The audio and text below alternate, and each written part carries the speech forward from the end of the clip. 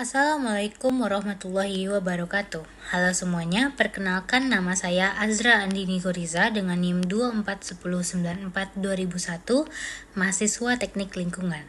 Dalam kesempatan kali ini, saya akan membahas mengenai pencemaran udara, sebuah topik yang sangat penting di mata kuliah pencemaran udara dan kebisingan bersama dosen saya, Bapak Dr. Insinyur Fajar Gembira. Kenapa pencemaran udara penting untuk kita bahas? Karena udara adalah kebutuhan utama manusia. Kita bisa bertahan tanpa makanan beberapa hari, tanpa air beberapa jam, tetapi tanpa udara bersih, kita hanya dalam hitungan menit, hidup kita bisa terancam. Baik, saya masuk ke dalam isi materi. Yang pertama yakni sejarah pencemaran udara. Di sini saya bagi menjadi 3 periode, yang dimana mari kita lihat sedikit ke belakang. Pada periode pertama yaitu zaman praindustri, di mana pencemaran udara masih alami. Misalnya terjadi karena letusan gunung berapi atau kebakaran hutan, yang dimana dampaknya belum meluas kepada manusia. Namun pada saat zaman revolusi industri, yakni pada rentang abad 18 hingga 19, penggunaan batu bara secara masif mulai memunculkan masalah serius. Gas beracun seperti SO2, CO, dan partikulat dilepaskan ke udara. Peristiwa paling terkenal adalah Great Smoke of London yang terjadi pada tahun 1952, di mana ribuan orang meninggal hanya dalam beberapa hari. Berikutnya yaitu yang terjadi pada abad ke-20 hingga sekarang, di mana kesadaran dunia mulai tumbuh. Regulasi seperti Clean Air Act dibuat. Polutan utama yang menjadi sorotan adalah PM 2,5 dan ozon atau O3 karena terbukti berbahaya bagi kesehatan. Di Indonesia sendiri, kita sering mengalami kabut asap akibat kebakaran hutan, bahkan sampai lintas negara. Jakarta juga termasuk sebagai salah satu kota dengan kualitas udara terburuk di dunia. Berikut saya akan masuk kepada sumber pencemaran udara, di mana pencemaran udara berasal dari 2 sumber utama, yakni sumber alami dan berasal dari aktivitas manusia. Yang pertama yaitu sumber alami, misalnya terjadinya letusan gunung berapi, kebakaran hutan, gas metana dari rawa, dan debu gurun yang bisa terbawa angin ribuan kilometer jauhnya. Yang berikutnya yaitu dapat bersumber dari sumber buatan manusia atau antropogenik.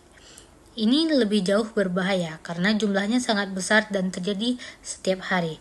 Misalnya, seperti transportasi kendaraan bermotor yang menghasilkan CO2 dan partikulat halus seperti PM 2,5, industri dan pembangkit listrik yang berbahan fosil, dan pembakaran sampah terbuka, serta aktivitas rumah tangga seperti kompor berbahan kayu atau arang, dan bahkan asap rokok.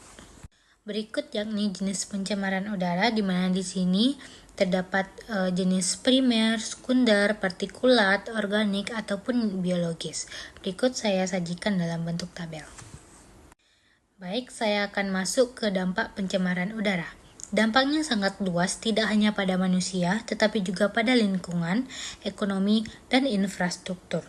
Di mana dampak terhadap kesehatan, di sini pencemaran udara menyebabkan penyakit serius seperti ISPA, asma, kanker paru, dan gangguan jantung. WHO bahkan menyebut polusi udara sebagai silent killer karena bisa menyebabkan kematian dini. Yang berikutnya yaitu dampak terhadap lingkungan. Hujan asam merusak tanah dan air, fotosintesis terganggu, dan biodiversitas menurun. Yang berikutnya berdampak juga terhadap infrastruktur, di mana gas-gas asam seperti SO2 dapat mempercepat terjadinya korosi, merusak bangunan dan monumen bersejarah.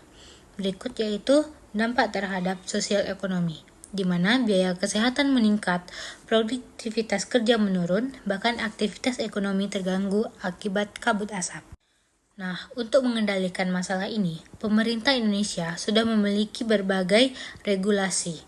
Di antara lain regulasinya yakni terdapat UU nomor 23 tahun 2009 tentang perlindungan dan pengolahan lingkungan hidup. Berikutnya terdapat PP nomor 41 tahun 1999 tentang pengendalian pencemaran udara. Berikutnya yaitu terdapat Permen LHK nomor 14 tahun 2020 tentang Indeks Standar Pencemar Udara atau ISPO. Berikut terdapat juga Permen LHK nomor 15 tahun 2019 mengenai baku mutu emisi pembangkit listrik berbasis termal. Dan terdapat juga Permen LHK nomor 20 tahun 2018 yang menetapkan standar baku mutu kualitas udara. Aturan ini bukan hanya sekedar dokumen, tetapi menjadi dasar bagi kita semua untuk mendorong teknologi ramah lingkungan dan memastikan udara kita yang kita hirup tetap sehat. Baik, teman-teman, dari pembahasan kita tadi, bisa kita simpulkan bahwa pencemaran udara adalah ancaman nyata. Dampaknya tidak hanya kita rasakan sekarang, tetapi juga berpengaruh pada generasi mendatang. Oleh karena itu, pengendalian pencemaran udara adalah tanggung jawab bersama, pemerintah, industri, dan kita sebagai individu. Sekian presentasi dari saya mengenai pencemaran udara. Terima kasih banyak atas perhatian teman-teman, semoga bermanfaat. Saya tutup dengan Assalamualaikum warahmatullahi wabarakatuh.